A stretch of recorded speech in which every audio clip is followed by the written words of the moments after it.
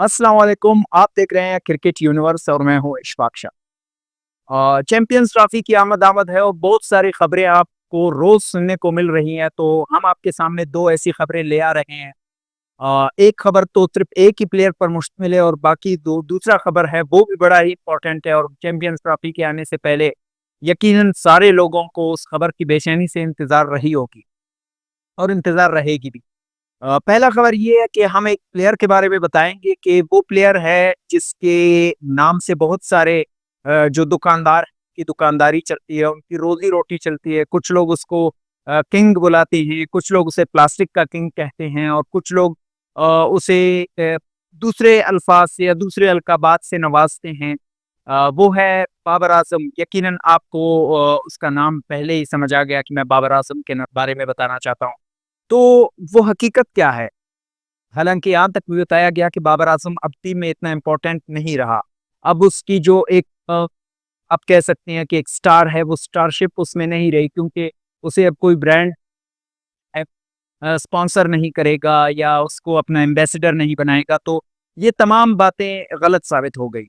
वो क्यों? वो इस वजह से कि 2 दिन पहले बल्कि 1 हफ्ता पहले एक खबर आप लोगों के सामने से गुज़री कि बाबर आज़म ने ग्लेनिकल्स जो कंपनी है, बैट बनाने वाली, क्रिकेट के स्पोर्ट्स बनाने वाली एक कंपनी है, उस कंपनी के साथ बाबर आज़म ने अपना कॉन्ट्रैक्ट खत्म कर दिया और सीए के साथ कॉन्ट्रैक्ट कर लिया।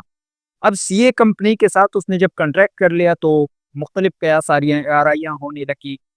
लेकिन जो डिटेल्स आई वो बहुत ही हैरानकुन है कि इसी आउट ऑफ फॉर्म बाबर आज़म, जो कि अभी-अभी नया वापस फॉर्म में आया हुआ है, जिसका मोरल इतना डाउन कर दिया था मीडिया के ज़रिए, या आप कह सकते हैं कि मीडिया वालों ने डाउन शो करवाया था उसका मोरल।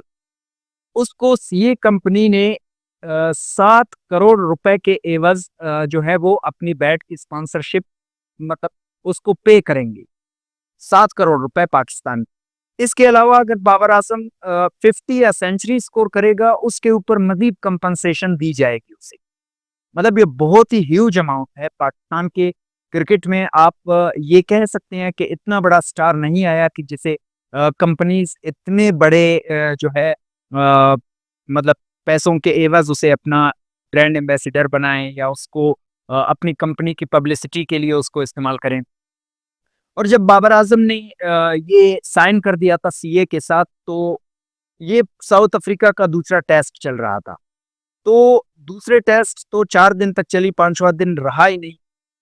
यानी 5 दिन भी नहीं गुज़रे थे जब बाबर आज़म जब पाकिस्तान पहुँचा, तब तक इसके सवा 3 लाख से ज़्यादा बैट बिक चुके थे पाकिस्तान के अंदर।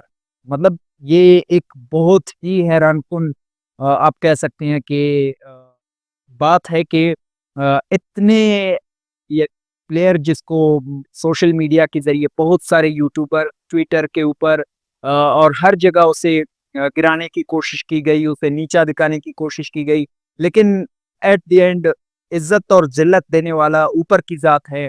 वो जिसको चाहे इज़्ज़त दे, जिसको चाहे ज़िल्लत दे। तो बाबर आज़म के साथ यकीनन जो है एक ऊपर वाले की मदद है, माँ-बाप की दुआएँ भी हो सकती हैं और पूरे एक अवाम और उसके जितने भी fans all over the world हैं, उनकी एक लगन है, ये उन्हीं की दुआओं के नतीजे में उसे मिला होगा। अब आते हैं दूसरी खबर पे। दूसरी खबर जो कि चैंपियंस ट्रॉफी से रिलेटेड कुछ खिलाड़ियों के लिए है कि वो खिलाड़ी कौन हैं और वो खबर क्यों ज़रूरी है। किसी भी बड़े इवेंट्स में इवेंट की तरफ हम जाते हैं तो बहुत सारे स्टार प्लेयर्स उस वक़्त अपनी पीक फ़ॉर्म में होते हैं और उनको लोग देखना पसंद करते हैं।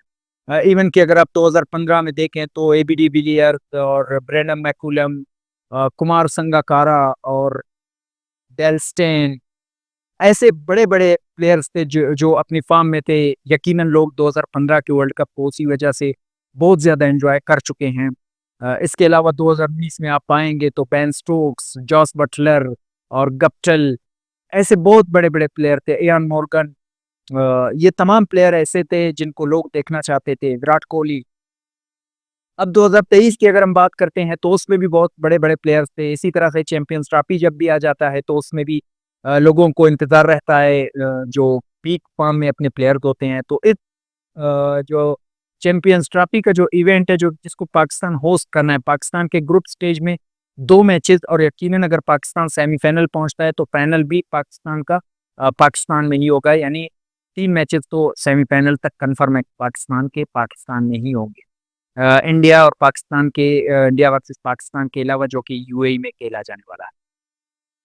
तो साइम अयूब, जिसकी एंकल इंजरी हुई थी आखिरी टेस्ट के, यानी दूसरे टेस्ट के पहले दिन, तो उसकी वजह से ये खबरें देखने को मिल रही है कि साइम अयूब शायद ही चैंपियंस ट्रॉफी से बाहर हो जाए, क्योंकि वेस्ट इंडीज के जो टेस्ट आने वाला है उसके लिए तो साइम अयूब को वैसे ही बाहर बाहर कर दिया गया है। उसकी जगह इमाम उल हक खेलने वाले हैं, और फखर जमान और साइम अयूब के बारे में जो कहा जा रहा था चैंपियंस ट्रॉफी में वो खेलेगा, एक साथ ओपन करेंगे, तो बहुत ही एक इंटरेस्टिंग सा एक सिनेरियो बन गया था, और लोग इसको बहुत ही शिद्दत से इसका इंतजार कर रहे थे। लेकिन अब ये शायद देखने को ना मिले, क्योंकि साइम अयूब शायद ही चैंपियंस ट्रॉफी तक रिकवर कर जाए, मे भी कि कर जाएं, लेकिन अभी तक कोई इम्कान नजर नहीं आ रहा।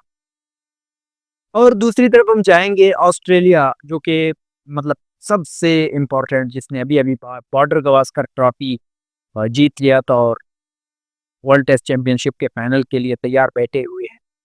तो उसका जो कैप्टन पैट कमिंस, जो कि इस वक्त पूरी दुनिया में एक अल्फा क्रिकेटर के तौर पर जाने जाते हैं और बहुत ही ज़्यादा पसंद किए जाते हैं लोगों में, वो भी अपने इंजरी की वजह से, ये बहुत सारी बातें ऐसी चल रही हैं कि वो भी चैंपियंस ट्रॉफी से आउट हो जाएंगे। वो आउट हो जाएंगे तो फिर जाहिर सी बात है कि ऑस्ट्रेलिया का एक मतलब शुरू से ही एक बहुत बड़ा धचका मिलने वाला है उसे। और इसके अलावा उसका एक और भी बॉलर है जो कि बहुत ही मेन बॉलर है रेड बॉल में, वाइट बॉल में, सॉरी, रेड बॉल क्योंकि टेस्ट क्रिकेट का होता है, तो वाइट बॉल ओडीआई, और चैंपियन ट्रॉफी तो ओडीआई फॉर्मेट में है। जोश हेजलवुड, वो भी चैंपियंस ट्रॉफी से बाहर हो रहे। तो अगर ऑस्ट्रेलिया आ जाता है तो जाहिर सी बात है स्टार के साथ फिर जूनियर ही आ जाएंगे, जिसमें स्पॉन्सर जॉनसन और दूसरे इसके जो नए नए बॉलर आए हुए हैं वो हो सकते हैं, लेकिन वो इम्पैक्ट नहीं रहेगा जो इन दोनों बॉलर की वजह से होगी।